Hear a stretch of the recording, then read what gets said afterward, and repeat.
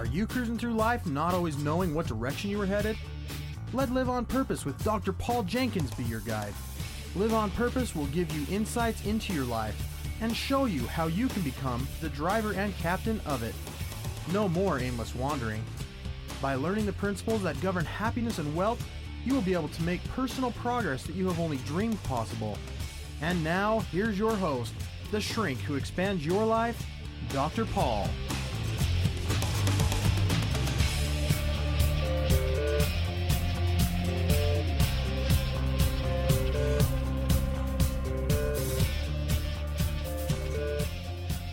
Hello, everybody. Welcome back to Live on Purpose Radio. This is Dr. Paul, the shrink who expands your life, bringing you another episode of Live on Purpose Radio. I'm so happy to be here today with my guest in studio. I want to introduce him first, and that is Ruel Haymond. Welcome, Ruel.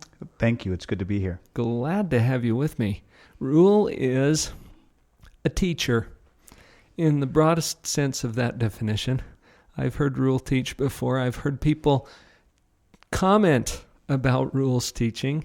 He does this in a number of different settings, and probably the most obvious of those is your position with American Heritage School, right, which is in American Fork, Utah, and you're teaching kids.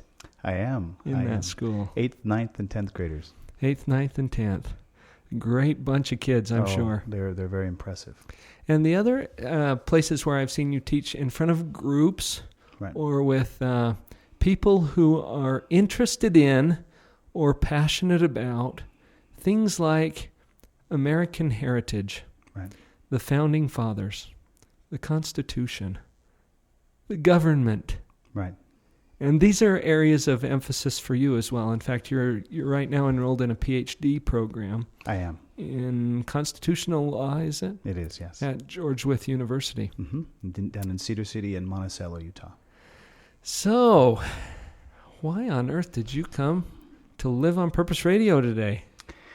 Why on earth to talk about good government, to talk about principles, to be inspired by Dr. Paul? You know, this is a great time to talk about this too. Right now we are approaching very quickly the 2008 general election. We are. In which we're looking at electing a new president this year. Yes, we are. And more than any other time, I think this gets people's interest up. Sometimes people become a little apathetic about the elections, but typically during a presidential election, people turn out. Right. They were talking, in fact, on the radio this morning, mentioning that they're having 400 people, I don't know if it's a day or a week. It's increasing daily, the number of registered voters just here in the state of Utah. People registering so they can be a part of this, yeah. And what other more fundamental part of being involved in government is there? Right, exactly. Than participating in the vote. Now, there's a lot of other ways to participate. Right. I would like to just kind of kick off our discussion today by having you maybe give us an introduction to the role of government. Right. Why do we form these anyway? What's their purpose? You've got a whole way that you conceptualize that and bring it to people. Sure. That is probably one of the greatest questions in all of history. The spanning of time is, what is the role of government? How much government is enough? How much government is too much? And historically, we fluctuated between the extremes of zero law, which is anarchy, to 100% law, which is totalitarianism or despotism or dictatorship, tyranny of some sort. The founders, their hope was somewhere halfway in the middle between anarchy and totalitarianism, where it would be called people's law, where government actually serves its specific limited purposes. But going back to even earlier, when you look at John Locke and his writings from the Second Treatise of Government, he talks about how human beings, they enter from a state of nature into civil society, mainly for the protection of property. And if you can imagine yourself, let's go back in time to late 1800s in Wyoming, and we're all homesteaders. And you have Dr. Paul has his farm with his wife and children, and I have my farm with my wife and children, and so forth. He specializes in cattle. I have horses. life is going well. We have our own little kingdoms. We're governing ourselves. And no sheriff, no government. No, the closest town is hundreds of miles away. Mm-hmm. But then one day, property starts to disappear. A chicken here, a horse there, a cow here. And pretty soon we're concerned that while we're out in the fields working hard, somebody is taking advantage of us not being there. And so Pilfering all the stuff. So you have to look for, that's when ultimately you start government. You hire a sheriff, you bring in someone who can watch over your property, and nothing else. You're delegating a portion of your authority. You're not giving it to them. You're delegating a portion of that authority. Which, that's a very important and crucial point, I think. It is. I don't have the authority to come and pilfer your chickens. Right.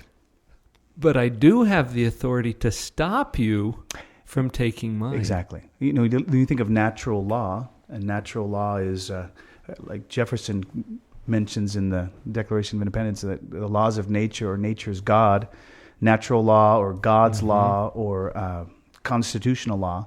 Natural law says that I have the right to protect my person, to protect my property, to protect my conscience. And I have the right to use force to protect all three of those things. Now, you say natural law. Mm-hmm. And I do recall that phrase from the Declaration of Independence where Thomas Jefferson said, nature's law. Mm-hmm. Interesting. So what you're saying is this isn't something the government grants us. No, heavens no. It's something that predates any government. Exactly. Ultimately, with each individual, again, go back to the state of nature. You are in a state of nature with your wife and children. You have the right to use force to protect your life, your liberty, your pursuit of happiness, as long as it's in accordance with natural law, your conscience, your right to believe as you wish. And ultimately, when we leave that state of nature and enter into civil society, creating a government, starting with a sheriff, and then eventually, as more and more people move into our little homestead area, we separate into separate maybe townships or villages, and then as controversy is created between the two townships and villages, or between people within the same village, you create judges, and you give a certain amount. You delegate again your authority to use force to protect your conscience, your property, and your life. You delegate that to government, to the police power. A portion of it. A portion, and you delegate it. It's still yours, but you've basically voted in or elected, depending on exactly how it works in your town, to have somebody who is being given specific and limited powers to do certain things, not to go beyond that. But typically, the challenge we have in human nature is there are two major moral defects in human beings.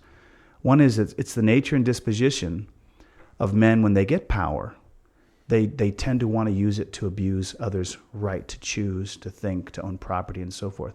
And then the other problem is it's the nature and disposition of many human beings that they're okay with someone else having that power and using it to take care of them. You wouldn't want to say control. It starts out with, I'm here to help you, I'm here. And so they stop delegating authority, and they basically give that authority away. So you have those two competing forces. Some people like to run the show, and others like to have the show run for them. Which is an interesting concept. It's really a lot easier to have somebody take care of me. It is, short term, potentially. But there are major long-term consequences for it, and well, it creates captivity. Very much so. Eventually, and I know there's a whole philosophy about why that is and how that is created. But in the short run, it's easy. It is, and there's a lot of us who are addicted to easy. We are, unfortunately, and that's why, if I'm following you correctly, Ruel, that's why you're saying that some people fiercely guard this right that they have to govern their own life, really. They're jealous of it. In fact, when we think of, there's a great document that really captures, I believe, in my limited study of constitutional government, the Kentucky Resolutions of 1798, mostly written by Jefferson and Madison, mostly Jefferson, talks about how basically it outlines the separation of powers between the federal level and the state level, and exactly what powers are given to the federal level and what powers are given to the state level. And he talks about being jealous, chained down Basically, the general government, he calls it, chain it down by a constitution. He says confidence in government everywhere is the parent of despotism. So the minute you show confidence in government, when you give too much confidence, you stop being jealous of government, then it eventually turns to despotism. Washington tells us very clearly that government is fire. Now, fire is a wonderful, wonderful blessing. It keeps us warm. We cook marshmallows by it. We can read by the firelight.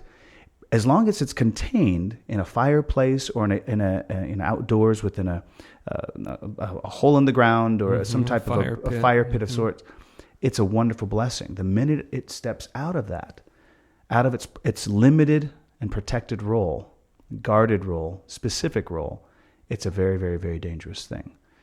And destructive. And very destructive to all of human liberty, to happiness, and so forth. So, okay.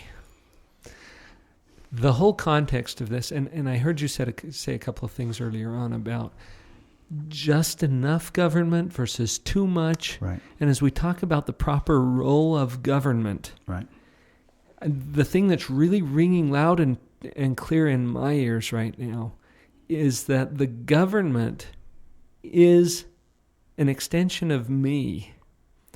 It is. And they don't have, who is the government? Right. The government doesn't have any right that I don't personally have. Exactly.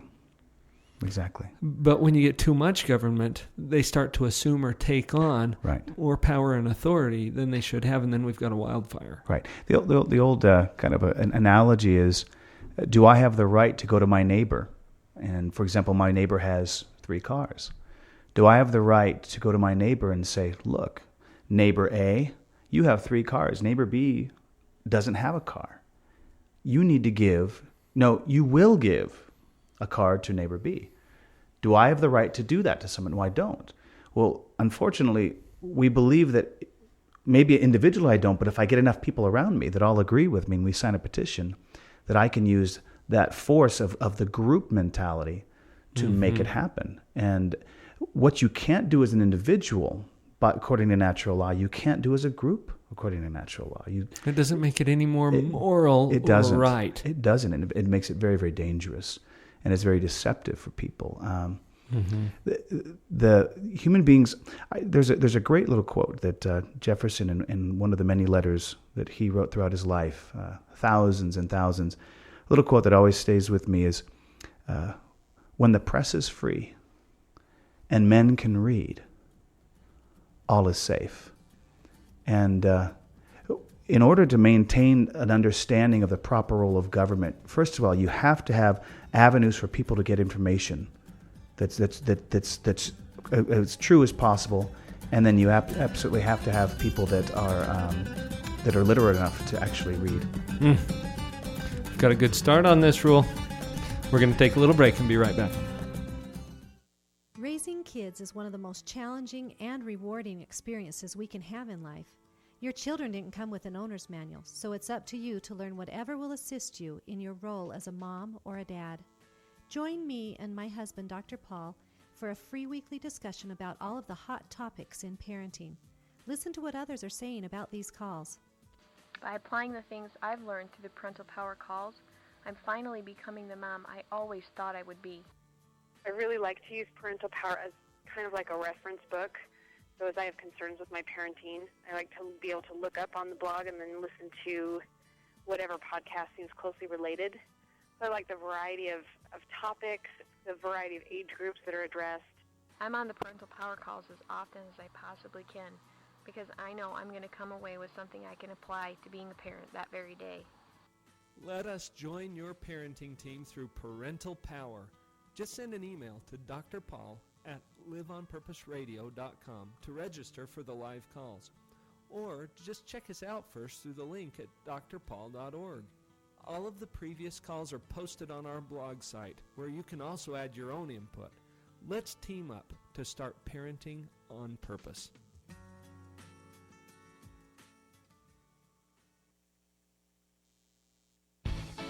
This is Kirk Weasler telling you about morebetterbooks.com. morebetterbooks.com is where you can find more better books for a more better life. Not only that, let me tell you about some of the very fun and cool select titles on morebetterbooks.com. You'll want to get a copy of The Dog Poop Initiative. This best-smelling book could change your life forever. It's certainly changed the lives of thousands of Boeing employees, as well as school teachers, parents, leaders across the United States and in Israel and in Germany. And you can get your own copy at morebetterbooks.com. Whoa, that's not all. What about The Cookie Thief? This classic tale told in a rhyming format, fully illustrated with very fun hidden messages. Pick up a copy now today on morebetterbooks.com. Other great titles there: Finding Your Pathway to Mastery, Beyond Illusions, Make It Great.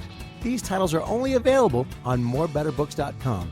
Go to morebetterbooks.com today and begin to have a more better life and live that life on purpose.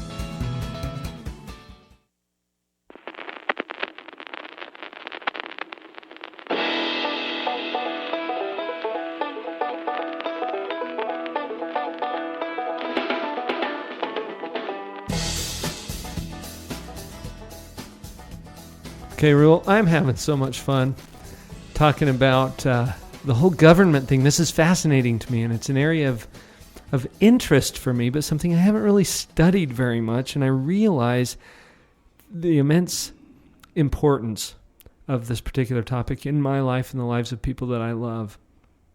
And I want to shift gears for a minute to that, okay, because the most important thing to me, and people who are close to me and know me, know that the very most important thing to me is my family. And I worry sometimes, and I wonder, okay, what kind of an environment are we creating for our families? And what are the consequences of some of this? But I know that this is an important thing for you too.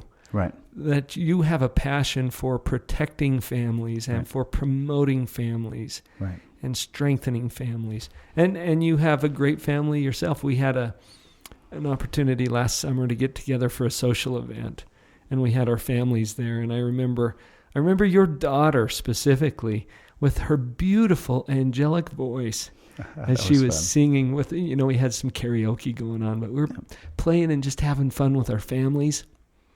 And I could tell as I was observing you and talking to you before too, that this is a really important thing for you as well. You've got 7 kids. I do. You're teaching kids at the American Heritage School. Talk for just a minute about family and its importance to you. Oh my, that's I think of the role of parents. You talk about government. You think of there's a great article written by Dr. Andrew Groft, who's now I think he's the president of George Wythe College in Cedar City. And it's dealing with the concept of a citizen king. It deals with the concept of a res publica, in Latin meaning public thing. But if you look at the word res, R-E-Z, it's very similar to the Spanish word for king, which is rey. And he agrees, he believes, and I do as well, that there's this idea of a public king, meaning as individuals, we are our own public kings or citizen kings, citizen queens, and that's where self-government starts. So we have that's the base and most important level of government is the individual. Self-government. Right. But we're raised in families. We come into homes with a mom and a dad. For the most part, moms and dads who have never done this before and are starting from scratch, and they're still in the process of becoming noble public kings or citizen kings and citizen queens. And I think it's an amazing mentoring experience when these babies come into these homes and moms and dads united together work to inspire their children to greatness, inspire them. The role of the father. The social sciences bear testimony to this, and I think any reasonable human being that's watched fathers and children and mothers and children, fathers are absolutely critical to the happiness and welfare of their daughters and their sons. Fathers set the example. They do and be exactly what they're asking their children to be. They're leading the way. And in an ideal home, and with again, partnering with their wife, hand in hand, leading the way, in self-government, in family government, preparing these young men and women to go out and practice public virtue and to remain privately virtuous and make a big difference in the world. As you were introducing this family concept, Ruel, it occurred to me that this is really the training ground. And as little children come into a family, I teach this all the time in my parenting seminars, they are helpless. They are. For the most part. They can take very little control of their own life. They can make a big noise and a big stink, and that's about it when they first arrive on the scene.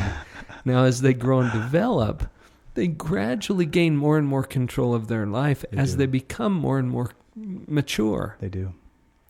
And I wonder sometimes if this is one of the dynamics that occurs. You know, you were talking earlier about those who have sort of a longing for someone to take care of them. Right. And we have that as children. We do. But we need it as children too. We do.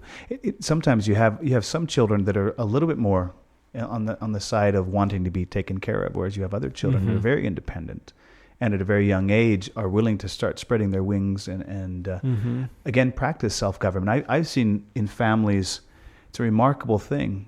In a day where sometimes we question the intelligence and the intelligence of our youth, oftentimes in the decisions they make, and we question their ability to self-govern.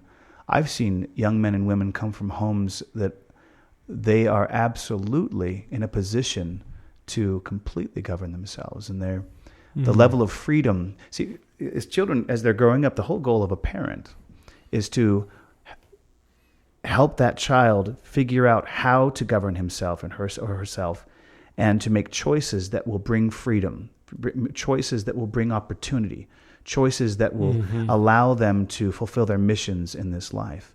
And it is very pleasing, and it's more common than I think we realize to find young men and women that absolutely do live that way. They are given a great deal of freedom. This is 13, 14, 15, 12, 10, 11 years old, typically where we think they still need to be, watched over and taken care of. As they exert themselves and they exhibit self-governmental behaviors of obedience and making right choices, proper choices, parents give them so much freedom, open up the whole world to them. But then following that, you might have a son or daughter that just can't handle that level of freedom, can't handle that much trust, not yet at least. And it's a constant balancing act as a husband and wife to try to figure out, how much do we give this one versus this one? We know we can give complete freedom. They'll never do anything that's contrary to our will. But this other one, I'm not so sure about it. So it's right. Parenting. Like you said, it's a great laboratory for learning, and it'll hopefully make Christians out of all of us. Right. There's a concept that I teach in the context of these parenting seminars called moral development, and it has to do with how mature you are. Now, a lot of times when we think about maturity, the first thing that comes to mind is age. Right. How grown up we are. Well, maturity has something to do with age, but not everything. No, you're right. There are so many other things that lead into that. And we all know adults who are not very mature. Right. The way that we would define it. And it has to do with exactly what you're saying, the ability to make moral decisions and the reasons for which you make those moral decisions. So I break it up into 3 stages, and that's not the purpose of this particular podcast today, but just in summary, the first stage is the very immature, selfish, self-centered, egotistical stage, right, where everything's about me, and I want more, and I'm going to do everything that I can to get it, and I don't care if I have to violate someone else's rights to do so. Right. And then you move into stage 2, which is more of a cooperative stage. I'll scratch your back, you scratch mine. Let's work something out. Let's negotiate. Let's come up with a win-win. And then when you finally move to stage 3, that's where you're doing things based on moral values and principles. Right. And you're doing the right things for the right reasons. Right, exactly. And age doesn't matter that much. It doesn't. In fact, one of the most exciting things, I had a big discussion with my 8th graders about this very thing, because they were complaining about uniform code and various things that they feel are limiting their freedom. And I said, and we were talking about various types of education and taking education in your own hand and being responsible for your actions and being obedient to what your parents ask. And they would say things like, well, you know what, that's really great, but my parents would never let me do that, or they never. And I said, no, let me share something with you. I know personally young men and women that when their parents ask them to do something, they say yes. Every single time. Or even better, I already did that. Exactly. Is there anything else I could do to help you? And I said to them, do you realize, some of you I think you misunderstand your parents. If you were completely obedient to what your parents asked of you, if every time they requested something of you, instead of whining and complaining or giving an excuse or saying maybe sometime, you were to say, yes, Mom, yes, Dad, I'd be happy to do that. You would have the floodgates of freedom opened up to you faster than you could possibly imagine. You'd have freedom to do about anything you wanted because they would know intuitively you would never do anything to disobey them. And they can scratch you off and say, he's done, she's done, I'm ready to move on to the next one now. Okay, hopefully we can replicate this. Right. You know what? There is a correlation, and maybe even a direct correlation, between maturity and control. Yes.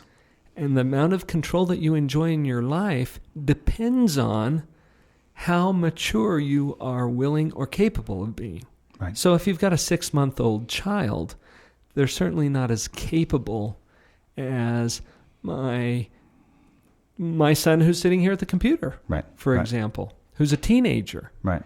And but at the same time, if Brennan over here at the computer isn't willing to demonstrate moral reasoning and moral decision-making, I, as a parent, have a natural response to that, and that is clamp down. We do. Tighten the leash. If you can't govern yourself, then someone else will have to govern you, and I guess that's me. That's what happens to parents. There's a lineup for the control. And this is interesting because I want to pull this back, especially as we get into our next segment, about what the heck this has to do with government. Right. I believe there's a lineup for the control in your life. And the first level of control we've already talked about, that's self-government, self-control. And you always, always, always, always, regardless of your age, get first dibs on the control. Right. Always. Who's second in line? It's typically your parents. The parents, exactly. Right, exactly. And that is so obvious in the context of young children. It is. But then we've talked about how we delegate a portion of our authority to the state.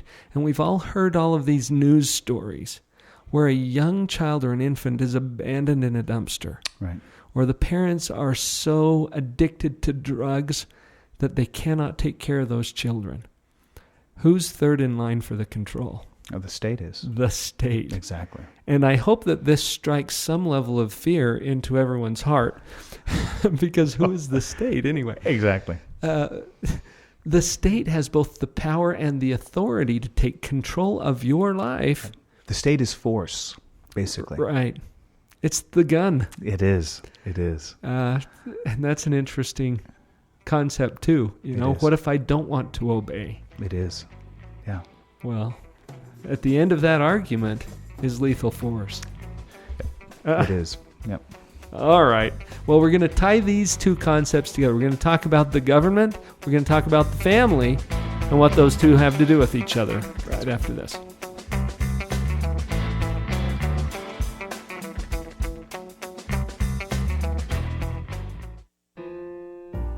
I've got a great idea. This is Shay Larson, IdeaOrbit.com, with the World of Ideas Report.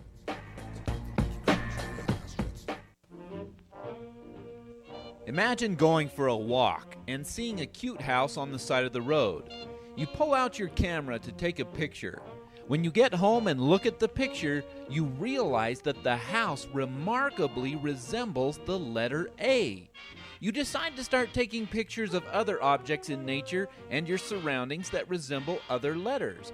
Then you decide to line those pictures up and start spelling things. You spell your last name with a picture of a house, a fence, and a few other odd things you found. The collage looks fascinating, so you decide to frame it. Then people start asking you to do the same for them. If this is you, your names might be Jera and Brad Deal from Illinois. Jarrett and Brad's custom keepsakes can be specially ordered to match any word you like. The idea came to them while trying to inspire their 15-month-old girl to learn her letters. They launched CreateSticksandStones.com, which is now taking orders for interestingly framed photo letters all around the world. So how much is this idea worth so far? How about $10.5 million in annual sales and an endorsement from Oprah Winfrey with a few minutes in front of her live audience? Congratulations to Jarrett and Brad Deal for spelling out a great idea.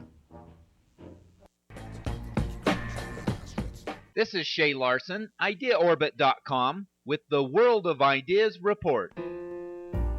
I've got a great idea. Wouldn't you like to know?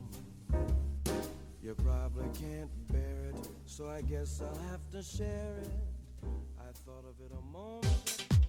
Thank you for listening to Live on Purpose Radio. Some of you have been asking how you can get more involved with the show, and I also appreciate those of you who have offered to support the show.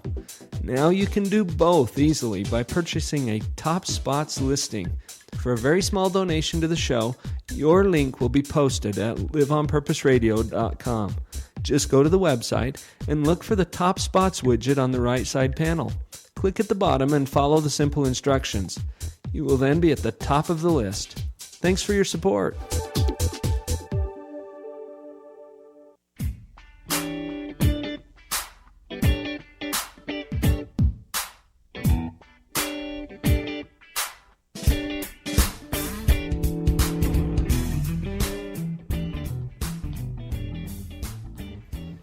Okay, two seemingly completely unrelated issues. Government and the family. Oh, they're very related. They really are. Oh my goodness, yes. And I'm just gonna jumpstart you and get you to talk about that a little bit. We were chatting during the break just a little bit about some of the implications, and I think we'll get to some of those here in our discussion. Right. I think we had a good lead-in our last segment where we talked about who owns the control or who has first dibs on the control. Self first, parents second. Right. By natural law. By natural law. Third, government. It does. But even then there's a level of government that's closest to home. This is a township. This is a little house on the prairie scenario where all the families meet together regularly to make sure that they're in agreement with the laws and the happenings within that town. And then of course it goes up to another level of government. Now, with each level, as you go up from the individual, the freedom, the power should be more and more limited. In other words, with the individual, it starts at a nice, think of a pyramid, a large base, family, a smaller base. Personally, then, I have power to do pretty much anything I choose to do in my life. You do. And of course, according to natural law, and I would say that the laws of nature and nature's God. You've got to understand what principles bring happiness, what principles bring sadness, and there are consequences. I'm not free to just jump and fly. No.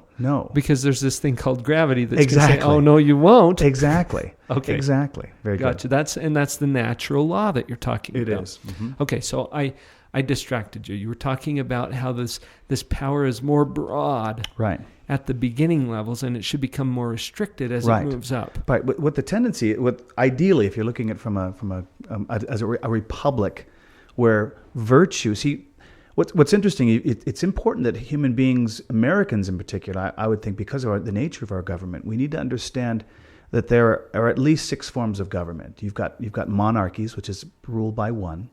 You've got an aristocracy ruled by the few. And you've got what's called a timocracy. Aristotle called it a timocracy, but another word for it is republic or a mixed government or constitutional government. Those 3, if you can imagine, they're on the left side. Virtue is key. For a good monarchy to survive, you've got to have a level of virtue, public and private, in the people. Public virtue meaning a disinterested disposition to go out and serve the community without gaining you're not doing it for gain, you're doing it for the right reasons.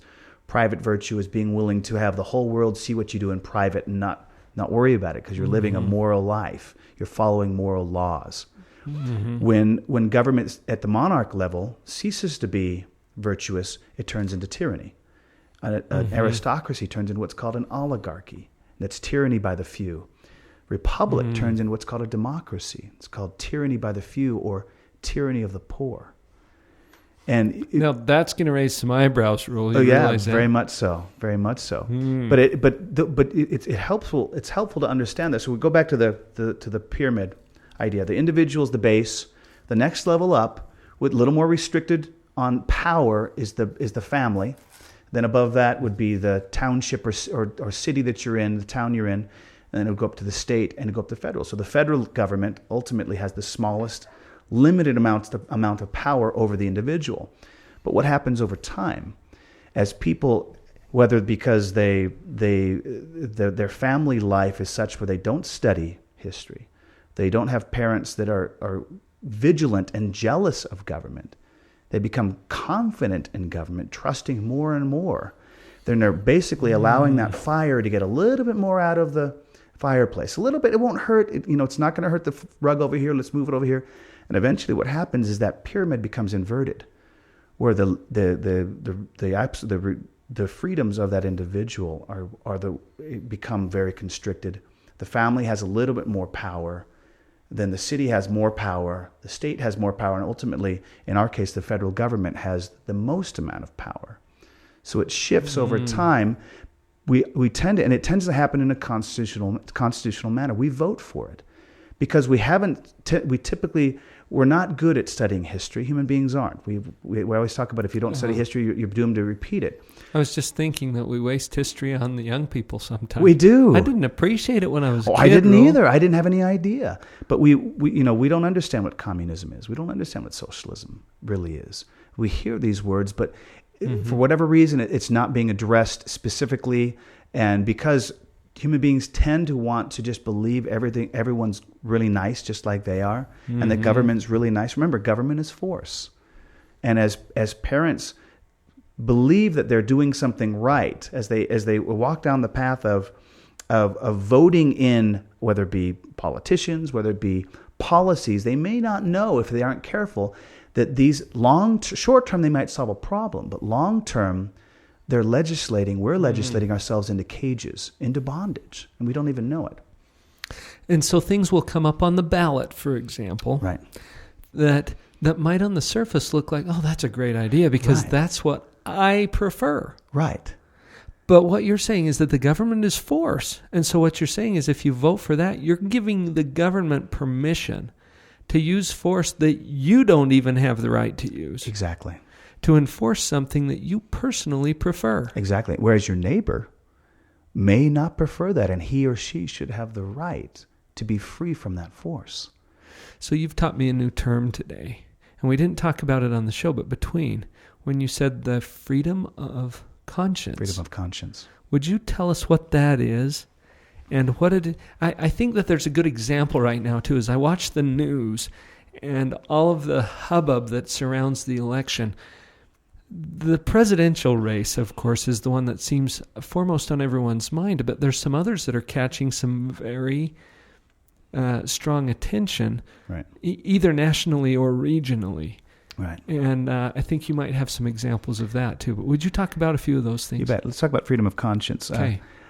Conscience, ultimately, when someone hears of conscience, the freedom to believe as you choose, to choose to move in a certain direction, to pursue happiness in a certain direction, to adopt a certain religious faith. Again, as long as it does not deprive anyone else of life, liberty, and conscience, then you should have the right to believe as you choose. Mm-hmm. And sure. Governments, that's when we talk about property, the reason a human being leaves the state of nature and goes into civil society is for protection of property. But the most sacred of property, this is one of Madison's best phrases, the most sacred of property is conscience. It's you, it's who you are, it's what you believe, it's what you stand for, it's your morals, it's your integrity, it's your honesty. You're living clearly at peace with yourself. It's your level of private virtue. And government, the first purpose of government is to protect freedom of conscience, the most sacred of property. And right now we have a situation many of us are aware of in California, where the citizens in California on November 4th will be voting for or against what's called Proposition 8. Proposition 8 is a marriage amendment. It would be an amendment to the Constitution of California. And this amendment would say that marriage is between a man and a woman. And it's creating quite a stir, particularly in the western states, but I think around the country, because there are those that believe that if this amendment fails and same-sex marriage is given full legal status more than it is right now in the state of California, it will eventually spread to other states, and there, of course, through lawsuits and such, states will be forced to adopt this along the way, and that's another discussion on how that goes. But ultimately, when human law binds the conscience and controls public and private devotion, that historically is a dangerous, dangerous precedent to go. When government crosses the line from protecting conscience to forcing conscience, you must accept this lifestyle. You cannot speak out against this lifestyle. You're in your church, whether you're Jewish or Muslim or Christian, you cannot speak out against it because it would be considered a hate crime. Right now, people are already losing the battle when they come up against this. An example of a photographer who would not take pictures for a same-sex couple, a wedding. He was sued and lost in court. Now, this is before the laws are even in place. They're already winning. His conscience, his religion said, this is not a good thing. I won't do it in good conscience. The government, so the people instituted force to say, you will do this whether you have a conscience or not. And there are multiple examples from adoption agencies to parents going in Massachusetts trying to have their kindergarten son. The teacher sent home a book teaching about what a family is, and in it showed two men in a family raising a little boy. They went to the school and said, listen, this isn't appropriate. Why didn't you tell us this was being taught? We don't have to tell you. Well, we're the parents. But because this is legal in Massachusetts, we don't have to notify you. What? But our religion, sorry, if you're not happy, go somewhere else. The father decided he wanted to see how far the police power would go. And ultimately they handcuffed him and put him in jail for a night because he would not leave the property. And the case was actually this morning on the internet. They're talking about that a federal judge has ruled that parents don't have to be notified when homosexuality is being taught in Massachusetts to children as young as kindergarten. Supreme Court decided not to consider the case, so now it's basically law in Massachusetts that this can be taught openly and freely without parents even knowing about it. Again, violation of conscience. Now, I want to emphasize this point because, Ruel, you may or may not have your own personal feelings about homosexuality, about same-sex marriage. I think that's beside the point here. Right, exactly. This is just an example of what you're saying. So if you were to put those on a shelf, can you help to show how this is a violation of conscience or the freedom of conscience? Well, ultimately, it binds people. As I mentioned, when human law binds conscience, it binds your tongue. You can't speak openly about what your religion is. Even within a private organization, potentially, and again, there will be those, I hope it wouldn't go this far, but logically speaking, it could go as far as if there's a pastor at a pulpit and he's sharing what he believes the Bible to say about this particular behavior, and it isn't favorable to those who believe that it is a good thing, he could potentially be sued for saying something that's considered a hate crime. Well, he's violating the law. It's violating the law. But see, the challenge is when law conflicts with conscience, that's what the founders were very, very, very much wary of. And from Madison to religious leaders like Roger Williams to Jefferson, when government stops protecting conscience, the right for people to think and pray and worship as they choose, there are major consequences and problems that follow. I've got some other questions about that. Sounds great. When we come back.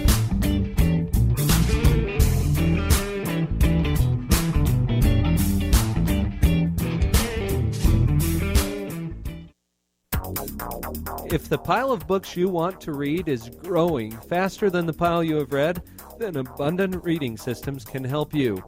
After taking Abundant Reading Systems course, I dramatically increased my ability to expand my knowledge in a much more efficient way. My fastest test today was in 7,000 words per minute. I highly recommend this program. From what I've seen it do for other people who've been through the entire program and from what I've seen in myself today. I've teamed up with Abundant Reading Systems to offer a single-day intensive speed reading workshop that will at least double your reading speed, guaranteed. This belief started to grow inside of me that I thought, I can really do this. I can read, as fast as I let myself read. And ended up doubling my speed reading time, which was really good.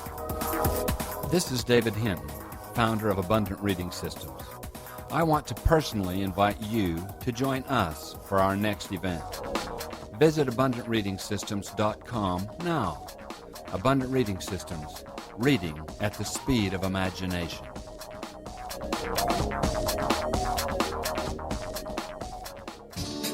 Thank you for joining me for the Live on Purpose radio podcast. It is truly an honor to be a part of your prosperity team. Please visit my website, drpaul.org, to get connected with other tools for you and your family. There you will find links to my weekly e-zine, Empower, Harnessing the Power of the Mind, and to the free Parental Power teleconference that I host every week with my wife, Vicki. You can also check out upcoming events or pick up powerful information products. Feel free to contact me directly with questions, comments, or to book me for your company or private event. Email me through drpaul@liveonpurposeradio.com. I need to pray if you want to change the path you're on. Then say, I need to wake up. I forgot what's important now. Wake up, 'cause money ain't everything. Wake up. All I do is drink all day now. Wake up. I gotta do it for my family. Wake up. Okay, in preparing for this show, Ruel, I knew that we would get into some things that are fairly hotly debated. Right. And we're not here to have a debate. No, we aren't. That wouldn't go very far between you and me anyway. Because I think we see some similar principles here that are very important. And I know that some of you listening may have some thoughts and ideas about what we've shared so far. And I hope this turns your brain on and gets you thinking. When these hot topics hit the ballot, I think it is really, really important to look beyond what is my personal preference in this matter. And does this give the government too much power to dictate conscience? Right. Or to force or enforce conscience? Right. Now, that can be hard to sort out because I know that there would be those who would say, well, you gave the example of the California thing. If this were to pass, then that's going to restrict my conscience to practice my lifestyle the way that I choose to. And I know that there's a lot of arguments about that, and probably it would be good to just encourage you as a listener to find ways, especially if you live in California, and this is a particular issue that you're concerned about or that you want to make sure you vote properly on, is to get some information. Find out as much as you can about what the real issues are, and then ask yourself questions that will take you to the extent that you will know. Here's an example, another example maybe, Ruel. We can go a different direction for a minute. If I were to see something that appeared on the ballot, and I thought, well, this is the way I prefer it to be. Right. And whether I'm voting yes or no for that depends on the wording of the proposition. Right. But let's say that I want to vote in favor of that thing because that is consistent with my chosen or preferred way of life or preference or whatever it is. Right. Okay. And I know that vote is going to restrict the conscience of another person, that they are no longer free to choose how they will believe or see it or whatever. If I vote for that, I am voting to restrict my own freedom to choose. Is that what you're saying? This is the big issue that I don't think it isn't discussed as much as it ought to be. When we talk about government being force, do we really want to have the government cross the line of putting laws into place that would restrict the conscience of And I think most people on either side of the issue would agree, the majority of citizens in California. The challenge is whenever government is let out of the bag, per se, it's a Pandora's box. And you open up opportunity to government to restrict conscience in other areas. So, for example, let's say I think that I have a right to live my life the way I choose, and I want the government to protect that right. But like you said, potentially that right that I feel like is mine could or will constrict or restrict or bind the conscience of the majority of my neighbors. If government is given that much power, if the fire is let that much out of the fireplace, won't it burn me too eventually? Won't I have my own conscience controlled or bound, similar to what's happened to my neighbors? I may not see it immediately, and my neighbors may not see it immediately. But the minute you let government have more power than it was created to have, and you're not, in this case, we're not even delegating, because most people by force are going to have to put aside their conscience, or be careful how they speak, be careful how they worship. The minute I move to allow, particularly the majority of my neighbors and friends, or even my enemies, to have their conscience restricted because of my vote, that will eventually come back to haunt me as well. Mm-hmm. So this is a serious matter. It very much so is, yes. You've also taught about cycles. And Yeah. I know we don't have time to really flesh that out today, but Right. there have been cycles throughout history. And really, this is one of the benefits of being a scholar of history, to see those patterns and to see what happens to them. And our country is in an interesting position right now, Right. as it relates to cycles. Right. Is there anything you want to say about that? You know, there's it's a great, and there's some disputation as to whether this was really Alexander Tytler who gave this, but it's commonly held that Alexander Tytler, who was a contemporary of the founders, he talked about how great civilizations, particularly democratic civilizations, go through a certain cycle every 200 years.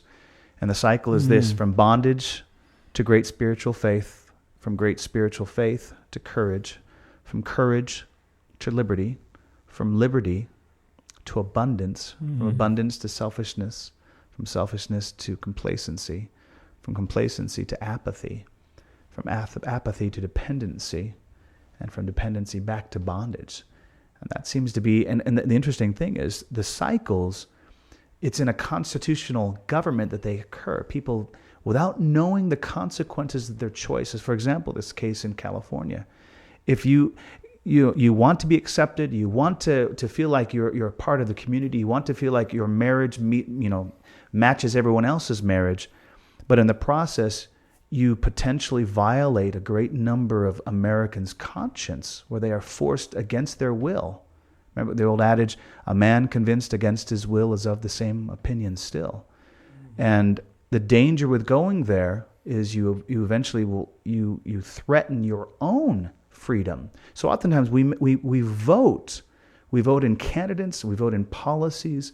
We don't understand necessarily the principles that should be understood, because they aren't taught openly in society anymore. You really have to be a vigilant seeker of truth to find these things. And the cycle shows that we vote in the very bondage, that we go back to bondage because we voted in without knowing we're doing it.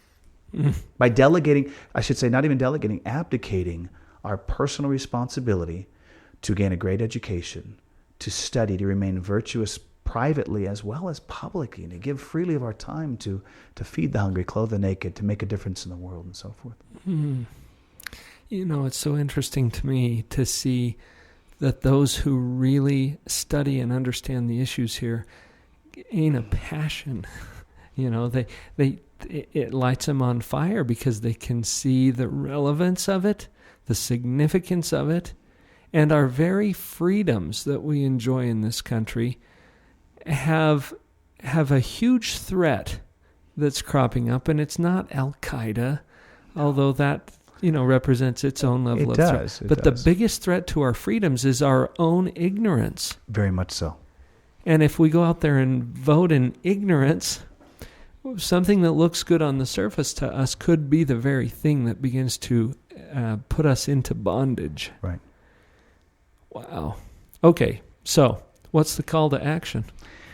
What would you want to encourage our listeners to do? Being the scholar that you are and understanding the state of our nation, our families. Right.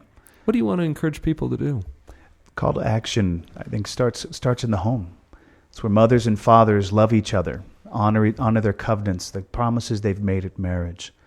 It's where the fathers, and I'm going to pick on fathers because I'm a father myself, that the fathers love their wives and their children know that the father loves mother.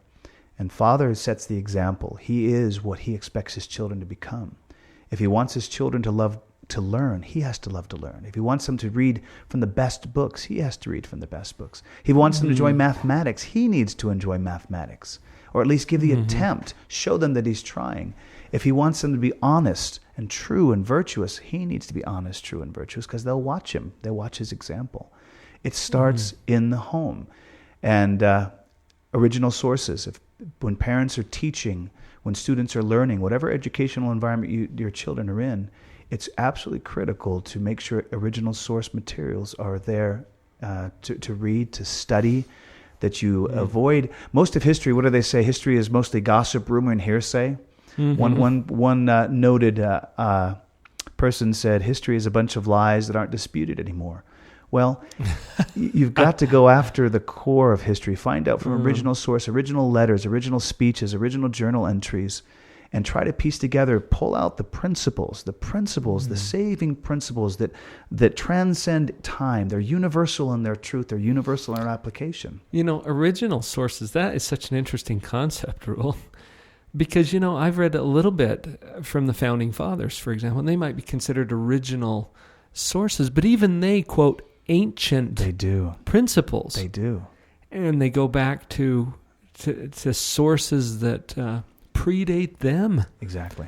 And so, it's just an interesting concept, original source. Right. But I think it's well taken in the fact that we sometimes look to, our Founding Fathers are a great example, I think, because they didn't certainly start history. Right. They came in midstream somewhere and did some really amazing things, but are at the beginning of our history as a country. Right. What were the sources that they looked to? Exactly. And go to that. That's what we need to do. There was a great quote by Robert Hutchins. He's one of the editors of the great books of Western civilization. And he said, basically, Americans have lived too long on the virtue and on the intelligence of the past. We need to become an educated people. We need to be jealous of our freedom, jealous of our right, not have confidence in government. Okay, we need to have confidence when government is in the proper role of government. But in order for government to stay within its proper bounds, moms and dads, sons and daughters need to practice private and public virtue. They need to want to be free. They need to want to be accountable and not abdicate their responsibilities to someone else or another entity like government. And if we're not careful, we can find ourselves in the position that they were when those early pilgrims came to this land and threw off that government that was oppressing them. Exactly. Ruel, it's been great to have you here today. I want to give people a way to connect with you. You've shared an email address, and I'll post this on our blog site as well. If any of you who are listening would like to contact Ruel Haymond, Truth in Classics, all one word, Truth in Classics @yahoo.com. That's an email address where they can reach you. Exactly. And you're available. I am. To consult or to speak or to have discussions. Sounds great. Yeah, exactly. Is that right? I found you. You were willing to have a discussion with me. We've barely scratched the surface of some of these things. But I think that understanding the role of government, understanding the role of family, and making sure that we don't allow the government to have too much power and control so that we have that freedom of conscience. I think that's the take-home message today. Yep, it is. It's a wonderful message. Well, I want to encourage everybody to go live on purpose and to register to vote. Contact Mr. Ruel Haymond if you'd like to have further discussions about today's topic, and feel free to post your thoughts and comments at our blog site, liveonpurposeradio.com. It's been great to have you with us, Ruel. Thank you. My pleasure. Go out there and live on purpose.